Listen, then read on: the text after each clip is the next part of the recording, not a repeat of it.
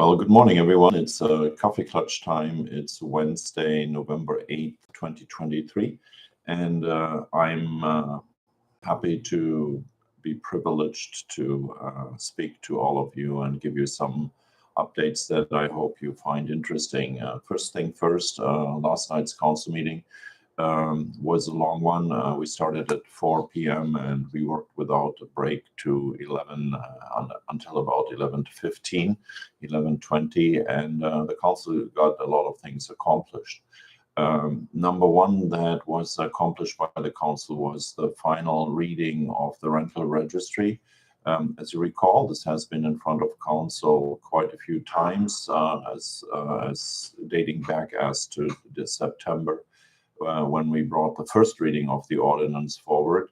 Then the council received input and we had a second reading of the ordinance where the council then asked staff to go back and make some changes. We then had a second reading again where staff presented and ultimately council wanted one more change in there or something else adjusted. And so we went back basically last night with a second reading, if I count correctly, and the council approved the rental registry.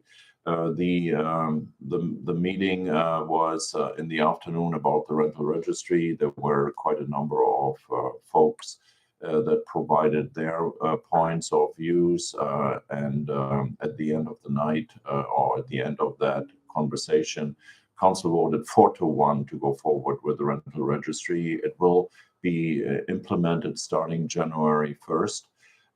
There are still a few other things that we have to accomplish to make this successful. Number one is we have to select the correct software that is being used then for tracking and implementing rental registry data points. And we have so far received quite a number of proposals and our team is reviewing them and will make an award about that. We have hired an additional person who can help us with the rental registry implementation and the management.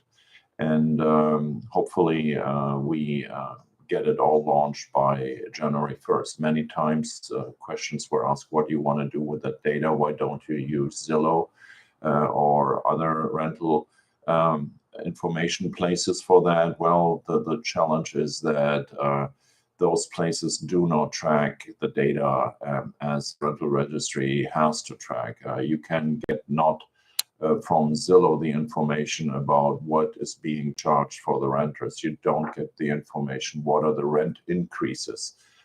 Once you are and Zillow doesn't cover the whole rental market, neither does Rent Cafe, neither does Craigslist. So it's quite an enterprise if you think you can monitor or data crawl all those different websites and then create information about it, let alone you don't know what kind of fees the property owners or the property management companies are actually charging. So one argument was made about use just Zillow. It's unfortunately or fortunately not that simple, and it is basically what it is. You have to ask folks to get all the information, and we have to centralize it and present it, and taking then the information back to the council after we have data there will take probably ideally 12 months.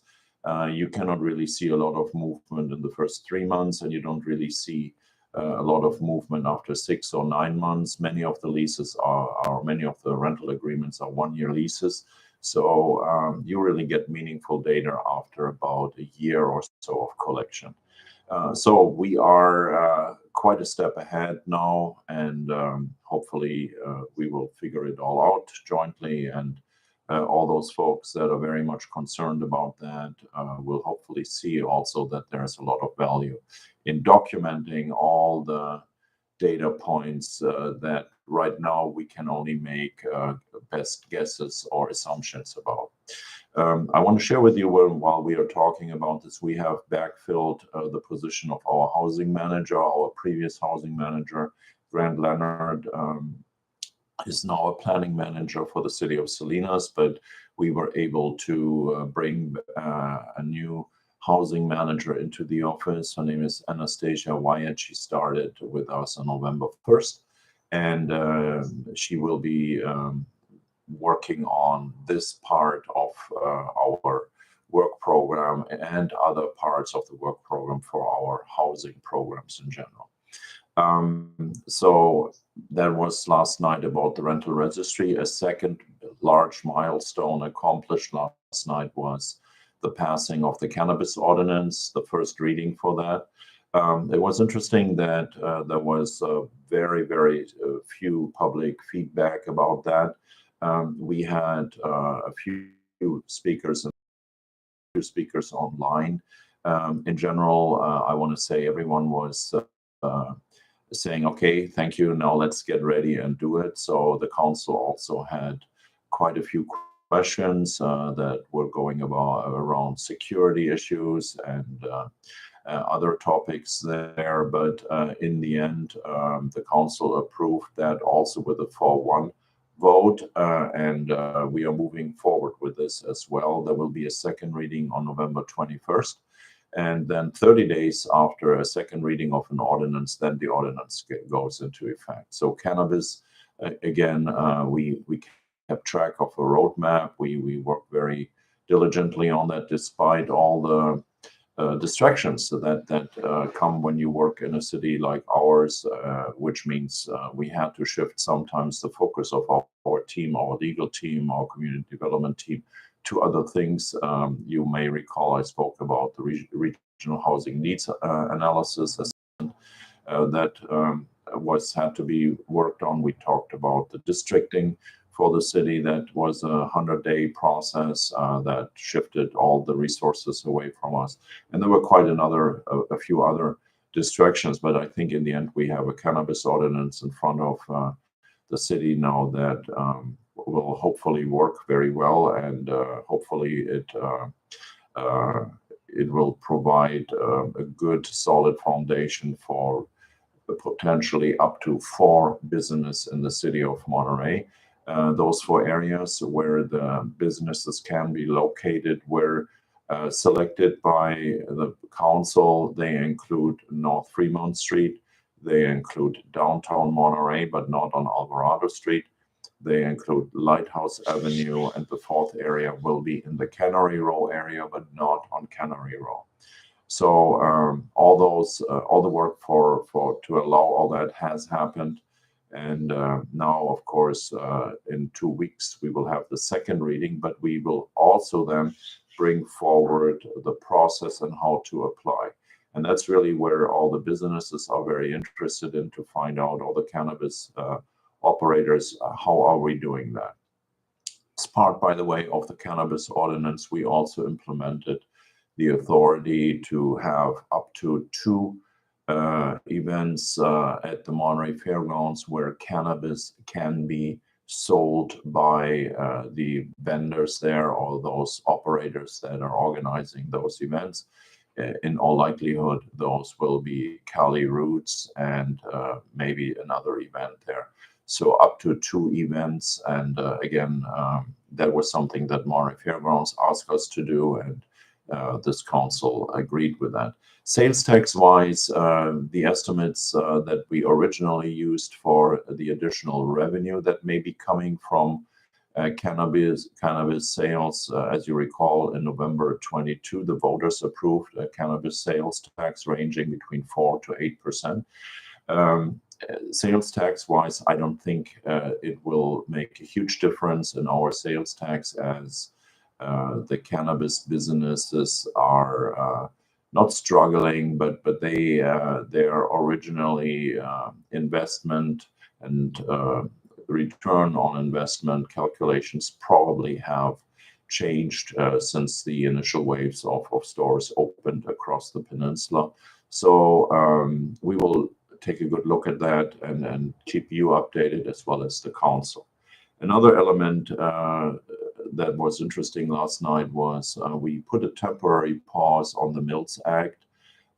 Mills Act, these are properties where property owners who own historic properties can go in front of the city of Monterey, and then they can document why the property has to be deemed historic. Mostly it's the type of building, or also the person or family who lived in that home has contributed to the history of the city of Monterey. And then in exchange, the city council will waive part of the property taxes that have to be paid, because in acknowledgement that those homeowners own a historic property, and with that come certain obligations, including to do a faithful maintenance within the spirit of that history of that building or that home.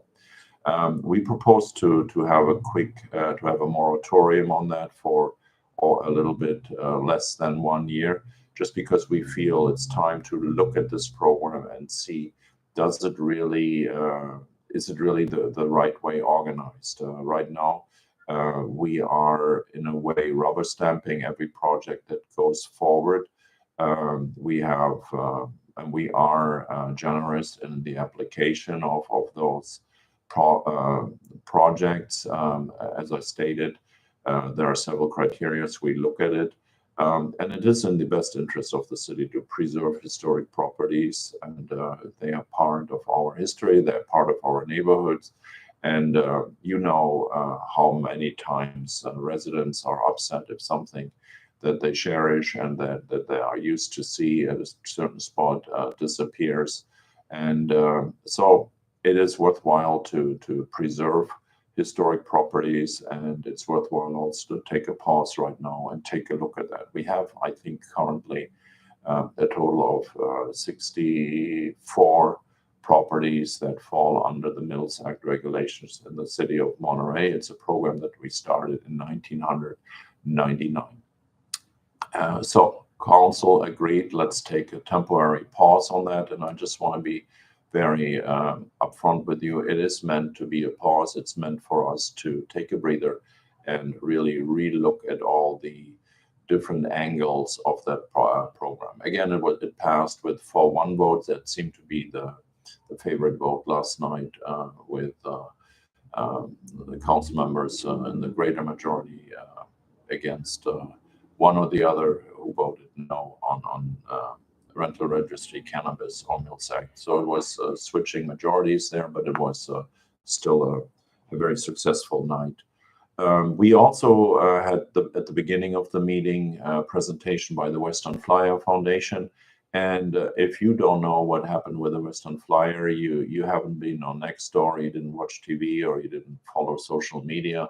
The Western Flyer is the boat that took Ed Ricketts and John Steinbeck down to the Sea of Cortez, and Steinbeck and Ricketts and then Steinbeck, they published a book called The Log of the Sea of Cortez. It's widely regarded as a turning point in Steinbeck's life and Steinbeck's writing. And the Western Flyer was the boat that took them down. And the Western Flyer had a lot of challenges over its lifetime, but the Western Flyer has been restored and returned to the city of Monterey, and that happened all on Saturday. Almost 2,000 folks spread out on Wharf 1, Wharf 2, welcomed the boat back, and it was a big celebration to see the Western Flyer back in our waters, back in the city of Monterey. And last night, the council honored the Western Flyer and gave them a proclamation honoring all those efforts that had been done there.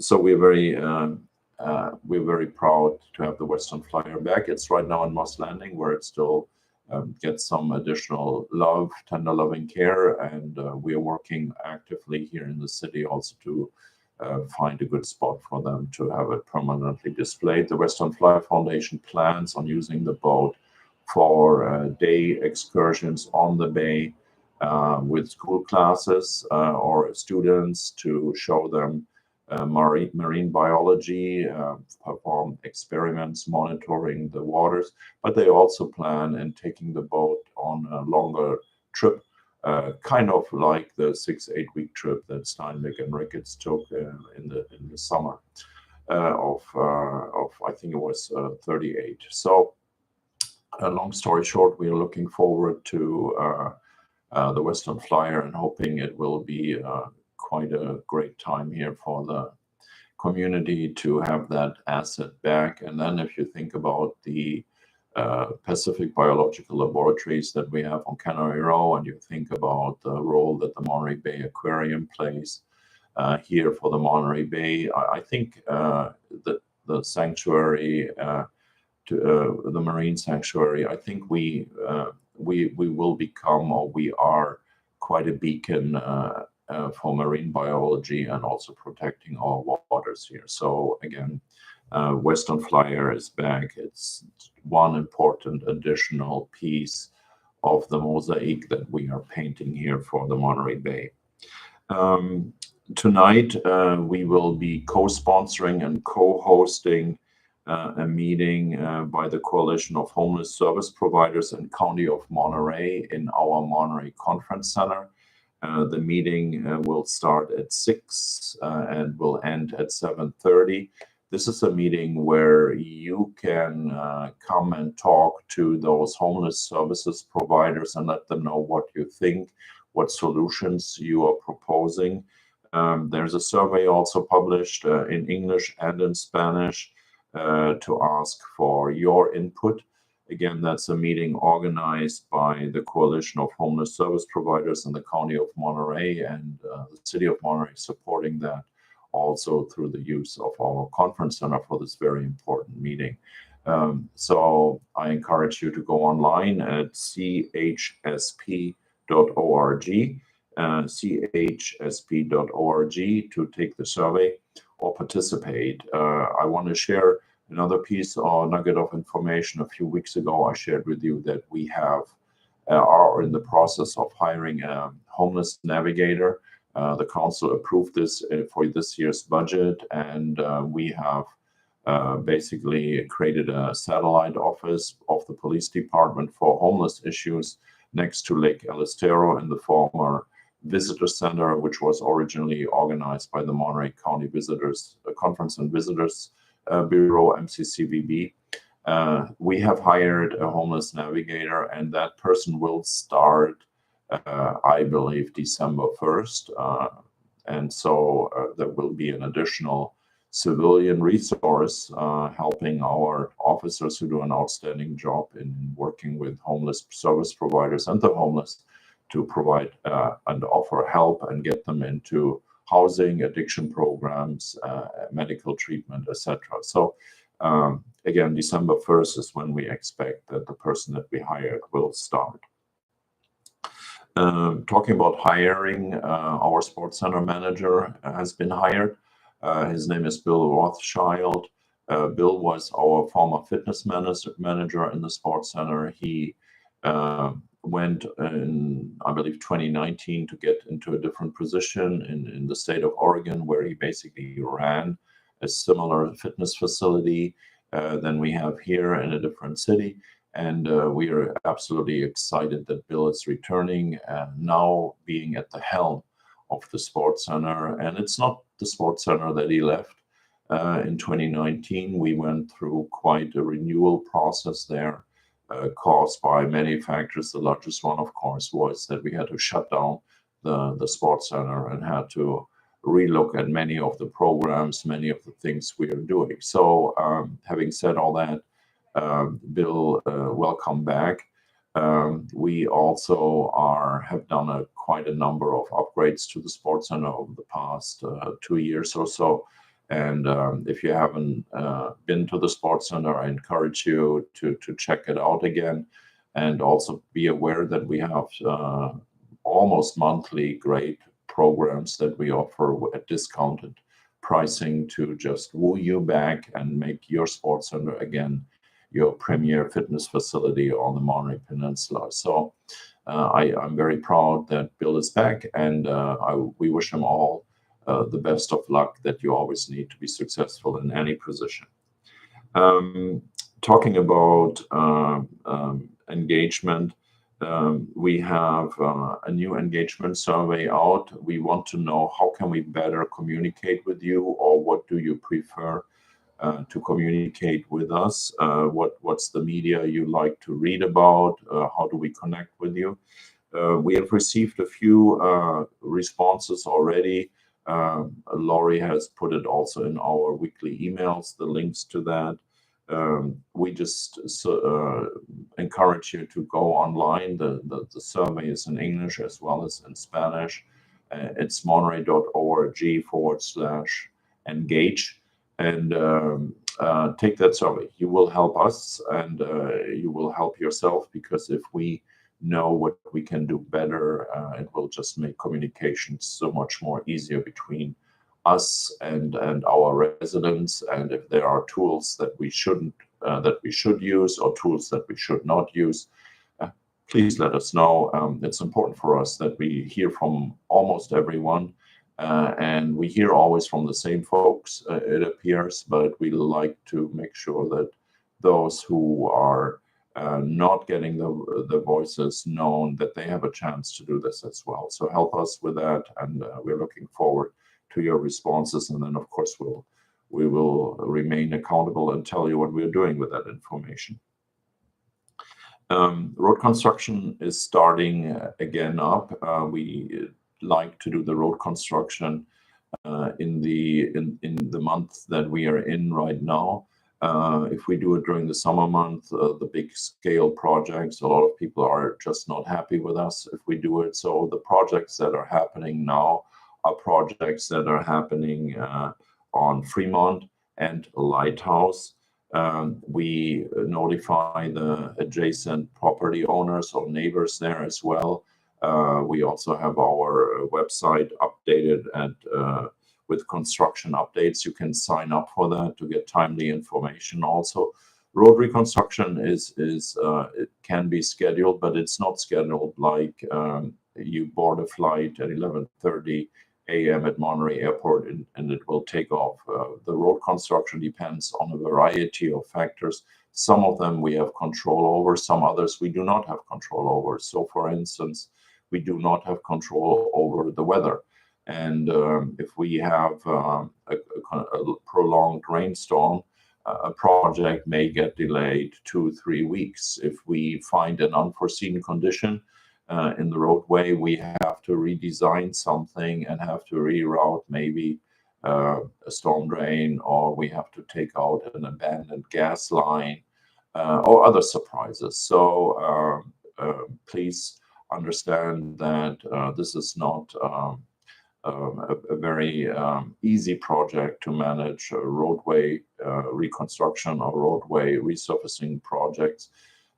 It's a project that requires some patience, and the flip side is we are not returning there for the next 5 to 10 years if everything goes as we have designed it and built it. Our gratitude always, and I would fail everyone if I wouldn't say that. Measure P, Measure S, that's a 1% sales tax that is dedicated to road improvements. Our gratitude goes to all the voters that voted overwhelmingly for this special sales tax of 1%. It will expire in 2027. Until then, we will use all the money that we can get to invest it into our roads, but also sidewalks and storm drain improvements and ADA improvements. And by the way, here's another nugget. The last time we looked at it, 64% of the sales tax is generated by non-residents. So if let this churn one more time, 64% of the sales tax is generated by non-residents. So that means our road resurfacing is paid 64% by out-of-towners, for instance. So that's a good benefit to have if you live in a town like Monterey that is a tourism place, but also has a lot of folks from adjoining communities come into Monterey and purchase things at Del Monte shopping centers and other areas. Veterans Day is coming up. All of those folks that have served our country, our heartfelt thanks to that. It will be happening this weekend on Saturday. Our library will be closed on Saturday in observance for Veterans Day. The Sports Center will still offer physical fitness for everyone, including veterans. So the Sports Center is still open from 8 to 5 p.m. Another large event will take place on Saturday and Sunday, culminating on Sunday with the Monterey Bay Half Marathon. The Half Marathon has become a signature event in addition to the Big Sur Marathon, and the Monterey Bay Half Marathon will happen on Sunday. We have a bunch of runners coming into town, and I want to give a special shout out to the runners from our sister city in Dubrovnik. They sent a delegation of 10 top runners to Monterey. We were able to pick them up, I believe, on Monday at the airport, and they are staying here to show us how well they have practiced and how fast they can run. So we are very excited about the Big Sur half marathon, the Monterey Bay Half Marathon, to be here. In preparation of that, that's like clockwork. We are always washing down the tunnels because the race route will go through the tunnel, and you want to be sure that the tiles can sparkle as much as they can sparkle after almost 50 years of being in the tunnel there. So everything is prepared for that. There's enough signage on the rec trail, also advising the walkers that the morning the rec trail will be reserved for the runners. And then let's have a wonderful race event on Sunday. On Friday as well as Saturday, we will have an expo at the Monterey Conference Center where all the runners can buy all the stuff that they need to be successful in running, and equipment and the band-aids they need for the little owies, etc. So all those things are being sold at the expo or presented at the expo, as well as the runner packages are handed out there for the runners to get their registration completed. Again, that's it from my point of view. I hope it was informative for you. We almost spent 30 minutes this morning again. I didn't see any questions, so we're good. I wish you all a wonderful day, and as I always say, it's a privilege to live in the city of Monterey. It's also a privilege to work in the city of Monterey, and our team and I are committed to really ensure that you have the similar joy and privilege of living here in Monterey, and that you enjoy every single day here, being blessed living at the coast. With that, have a great day, and see you later. Bye-bye.